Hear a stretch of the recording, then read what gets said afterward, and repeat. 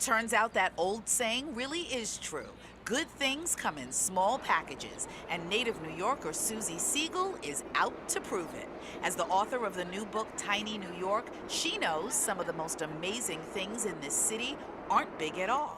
Suzi grew up in a tiny apartment in the Bronx. Now she lives in a tiny one in Queens. I keep my shoes in the oven in Queens, which would sound crazy to anyone who's not a New Yorker, but there's no room for my shoes. There's no closet space, right?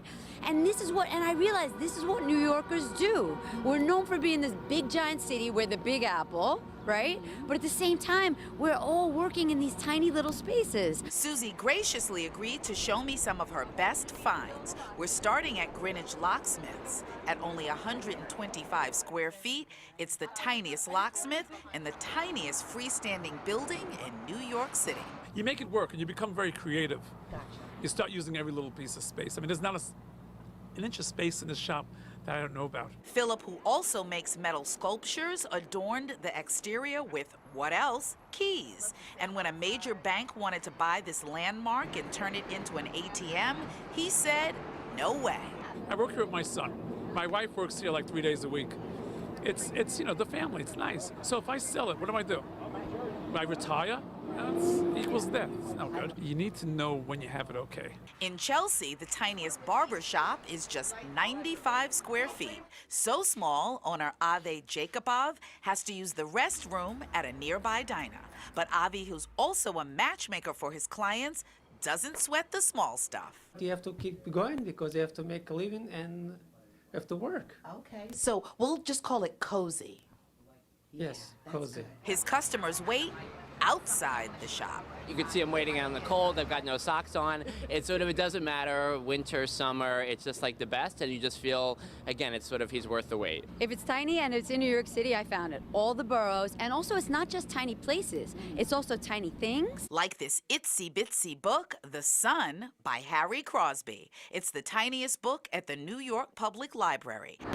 Our last tiny location is the West 4th Street Courts, half the size of a regulation-size court. It's also called the Cage. There's not a lot of time to get the shot off, so everybody has to be super aggressive when they play, and that's what makes it great basketball, and that's why tourists come from all over the world to stand behind the cage and watch these players. This court has produced champions. Smush Parker, Stephon Marbury.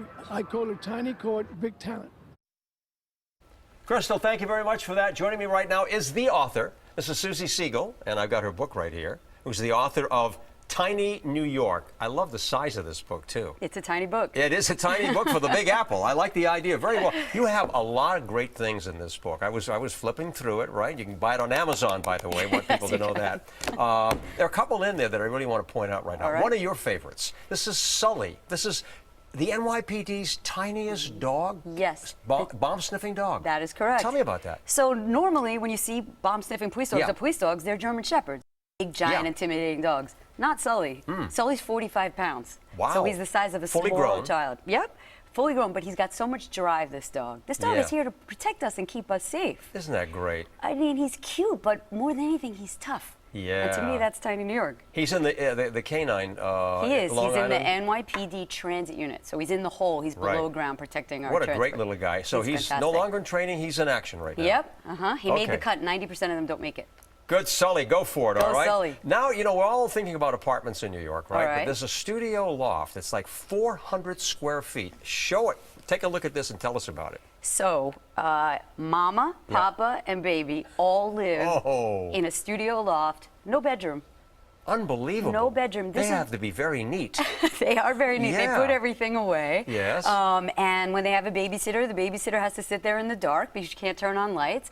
But somehow the kid got used to sleeping. It's New York. The kid's a New Yorker. They've managed to do that, yeah. Got used to people talking, the noise outside, light pollution. They managed to do it. Unbelievable. This is in the financial district? Yes. Yeah. The couple moved in together. They had to get rid of a lot of stuff. They wanted to cut costs like we need to do in New York. Well, good for them. Yes. We applaud them. Me too. One of my favorites. I happen to like music. Okay. And this one is a very tiny place. It's called the House of Oldies. That is correct. A guy from Brooklyn developed this thing, right?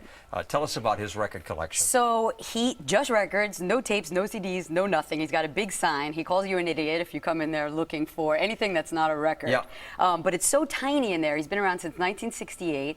it's so tiny that he really doesn't have room to put things in alphabetical order. Unbelievable. But he's got a bargain bin, and I'm going to go down He there does. and check He has him a out. great bargain bin, but if you look for the Moody Blues, they might be under W. He's got no space left under M. Hey, tell me about this tiny diamond now. It's called the Rising Sun. Okay, so what is more quintessential in New York? There's the Yankees. We have the tiniest Yankee. Right. And I went to the Diamond District, and I walked around. We all know 48th Street. Right. And I found a gemologist who's been cutting diamonds in a tiny factory, trying to figure out how to just shave just the right angle off a diamond. And he's got a patent on this thing, He's got a patent. It's called the Rising Sun, and it sparkles and has more light reflection than any other diamond. And I know that's Sev Whiteman, right? What does he have, like 18 He's grandchildren? got 18. He's an Orthodox Jew, and he's got 18 grandkids. Man. He's got diamonds for all of them, right? He sure does. When they get married, they'll be in good shape. I'm sure of that. Suzi Siegel, thanks so much for being here. Thanks for Tiny having New me. York. Love this book. I love Get it this on Amazon, book too. right? Yeah. Thank you so much. All right.